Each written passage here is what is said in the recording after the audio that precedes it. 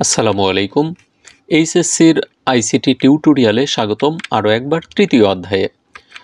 সংখ্যা পদ্ধতি ও digital device এই অধ্যায়ের এটি ১৩তম পার্ট। ১৩তম পার্টে থাকছে হেক্সাডেসিমাল থেকে অক্টালে রূপান্তর। হেক্সাডেসিমাল টু অক্টাল কনভার্সনের সমস্যা ১। এখানে আমরা 7b.95 এটার বেজ হচ্ছে 16 অর্থাৎ 16 ভিত্তি, তার মানে এটি একটি হেক্সাডেসিমাল নাম্বার যাকে আমরা অক্টালে রূপান্তর করব, আর অক্টালের ভিত্তি হচ্ছে 8। সমাধানের শুরুতে আমরা এই চার্টটি একটু লিখে নিলাম বোঝার সুবিধার জন্য। আমি মনে করি পূর্বের টিউটোরিয়ালগুলো যদি তোমরা ধারাবাহিকভাবে দেখে থাকো তাহলে এই চার্টটি তোমাদের আর দরকার হবে না।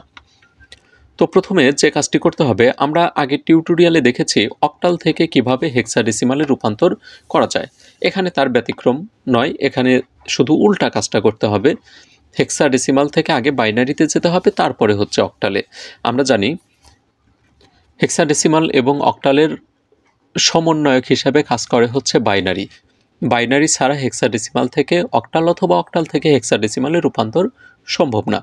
যে প্রশ্নে যে সংখ্যাটি দেওয়া আছে এটি হেক্সাডেসিমালের একটি নাম্বার, এটি আমরা এখানে লিখে নিলাম। পার্থক্য হচ্ছে মাঝখানে একটু আমরা স্পেস ব্যবহার করেছি। হেক্সাডেসিমাল থেকে প্রথমে বাইনারিতে কনভার্ট করি। আমরা জানি হেক্সার প্রতিটি অঙ্কের জন্য বাইনারিতে যাবার জন্য 4টি করে বিট লিখতে হবে। 7 জন্য আমরা এই যে বাইনারিতে দেখতে পাচ্ছি 0 1 1 1, 7 পরিবর্তে আমরা 0 1 1 1 লিখলাম। বির জন্য আমাদের লিখতে হবে 1 0 1 1, এখানে আমরা দেখতে পাচ্ছি বির জন্য আমরা লিখব 1 0 1 1, তারপরে পয়েন্টটা লিখে নিলাম 9 জন্য আমাদের লিখতে হবে 1 0 0 1 5, এটার জন্য লিখতে হবে 0 1 0 1। সুপ্রিয় শিক্ষার্থীবৃন্দু, হেক্সাডেসিমাল থেকে কিন্তু বাইনারি কনভার্ট হয়ে গেছে। এখন আমরা অক্টালে যাব, আর অক্টালে যাওয়ার জন্য আমরা জানি বাইনারি 3টি করে বিট নিয়ে একটি অক্টাল নাম্বার গঠিত হয়। তো এখানে পূর্ণাংশে আমরা ডান থেকে বাম দিকে গিয়ে 3টি করে বিট নিয়ে দল গঠন করব। এই যে ডান থেকে বাম দিকে, তাহলে এখানে ডান থেকে বাম দিকে গেলে আমাদের প্রথম যে গ্রুপ বা দল সেখানে আমরা পাই 1 1 0কে, আমাদের একটি দল গঠন হয়ে গেছে। তারপর আরও এক ধাপ বামে গেলে আমরা পাই 3টি 1 1 1 1, আর এখানে থাকে 1 0, আর একটা বিট আমরা শূন্য নিয়ে 3টি বিট এখানে পূর্ণ করে ফেললাম। পূর্ণাংশে শেষ, এখন ভগ্নাংশে বাম থেকে ডান দিকে যেতে হবে।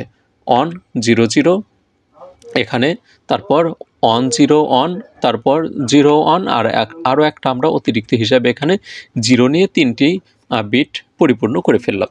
এখন আমরা অক্টালের মান বসাই। অক্টাল 0 0 1, এটার অক্টালের মান হচ্ছে 1 1 1 1, এটার মান হচ্ছে 7 0 1 1, এটার মান হচ্ছে 3, তারপরে পয়েন্টটা লিখে নেব 1 0 0, এটির মান হচ্ছে 4 1 0 1, এটার মান হচ্ছে 5 0 1 0, এটির মান হচ্ছে 2।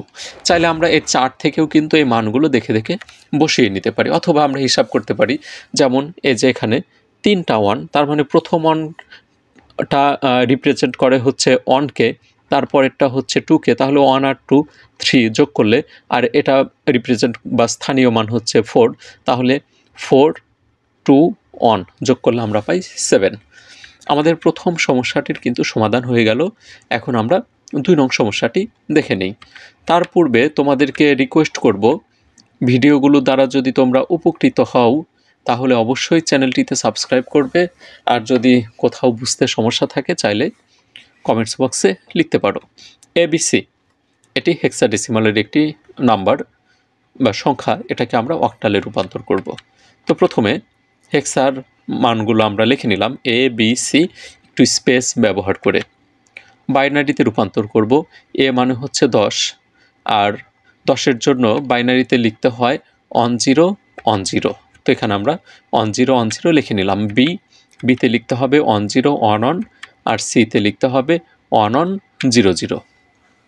এখন এখানে যে সংখ্যাটি আসলো বাইনারিতে, সম্পূর্ণ সংখ্যাটি পূর্ণাংশ। তো আমরা এখানে ডান থেকে বামের দিকে 3টা করে বিট নিয়ে দল গঠন করব।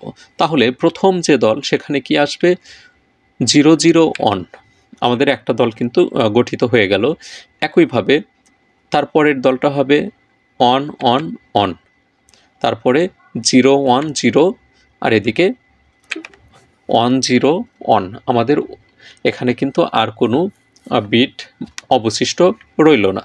এখন আমরা এগুলো অক্টালে রূপান্তর করি।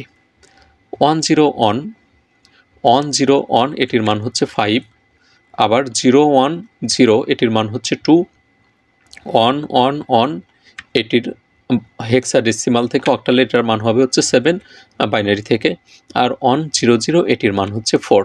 তারপর আমরা উত্তরটা এখানে এভাবে শেষে লিখে নেব। সুপ্রিয় শিক্ষার্থীবৃন্দু, হেক্সাডেসিমাল টু অক্টাল কনভার্সনের টিউটোরিয়ালটি এই পর্যন্তই রাখবো। তার পূর্বে রিকোয়েস্ট করব ক্যালকুলেশনগুলো অবশ্যই তোমরা মিলিয়ে নেবে, কারণ অনেক সময় অনাকাঙ্ক্ষিতভাবে ভুল ত্রুটি থেকে যায়। সবাইকে আরও একবার অসংখ্য ধন্যবাদ জানিয়ে বিদায় নিচ্ছি এই টিউটোরিয়াল থেকে। সবাই ভালো থাকো, সুস্থ থাকো। আল্লাহ হাফেজ।